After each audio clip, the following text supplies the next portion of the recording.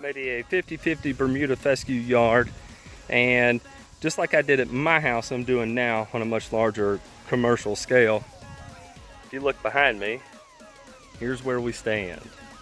Okay, so one of the issues we ran into here recently, you know, we were getting really good growth, we were getting really good color, and then all of a sudden we had these huge areas in through here that just were not performing well.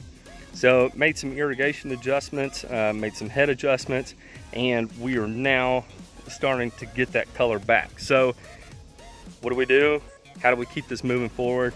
It's time to hammer it with the fertilizer. So, you know, over through here, I've got some Dallas grass, gonna be starting tribute application soon. Still have a little bit of fescue in here. I ran revolver early on. Some of the fescue pulled through, mainly in here and running up the driveway there were some areas. So, you know, this property here is just over an acre.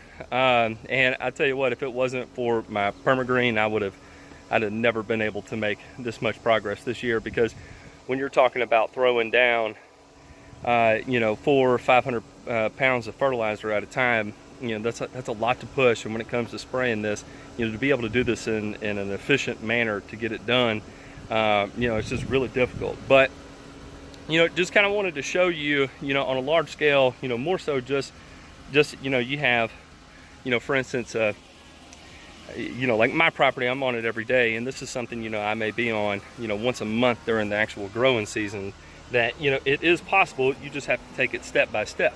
So let me kind of walk you through the process here of going step by step. You know, first is, you know, establish some, when you're making a transition to something this big, you've got to start somewhere. Establish your base. My base on this one was doing as big of a cleanup app on that first application as possible, so I could see exactly what I was working with. So I did. I ran revolver and three-way right out of the bat to clean up as much as I could. Then from there, you know, I could see how much Bermuda I had, how much Bermuda I didn't have, and as the season shifted towards a Bermuda season, I was able to run really high rates of fertilizer to get it to spread and fill in these areas. Now, it's not 100% filled in. You can see over here where I had to do some roundup work. Those areas have not completely filled in, but in the grand picture of things, I mean, this is, I can dig up a before picture and show it to you, but this is a tremendous difference from where we were at the start of the year.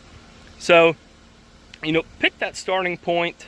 Get as much cleaned up as you possibly can, get that Bermuda filled in, and then you can start working on the detail work. Like right now, my detail work is going to be shifting towards controlling the Dallas grass. That's pretty much the only thing that's left in here. Luckily, with the Dallas grass, I can clean up the remaining fescue with it, and then that'll set us up. And actually what we're going to do probably towards the end of September is overseed this with ryegrass, and it's really going to stand out from everything else that's happening in the neighborhood. You know, you can see, you know, back here behind me, these are fescue yards. They, you know, they do well in the spring and fall, but they really struggle during the summertime. So, you know, in a large property this big, even though it is irrigated, you know, something simple like that, making that transition from a cool season grass to a warm season grass, is actually going, the front end, it's probably going to be more expensive for the customer, but in the long run, you're going to be able to deliver a result that's going to make them much happier than it would be than, you know, dealing with the yard over here where, you know, you just lose so much of it to brown patch. So, and imagine the water bill that it would take to keep this thing just flawless. I mean, it'd just be astronomical. So anyway, y'all, that's my project. That's what I wanted to show y'all. Hope y'all enjoyed it. And again, when it comes to building, you know, taking on a property this size, establish a baseline, feed it to fill it, and then focus on your detail work. All right, y'all, Matt Martin, outdoor, the Grass Factor.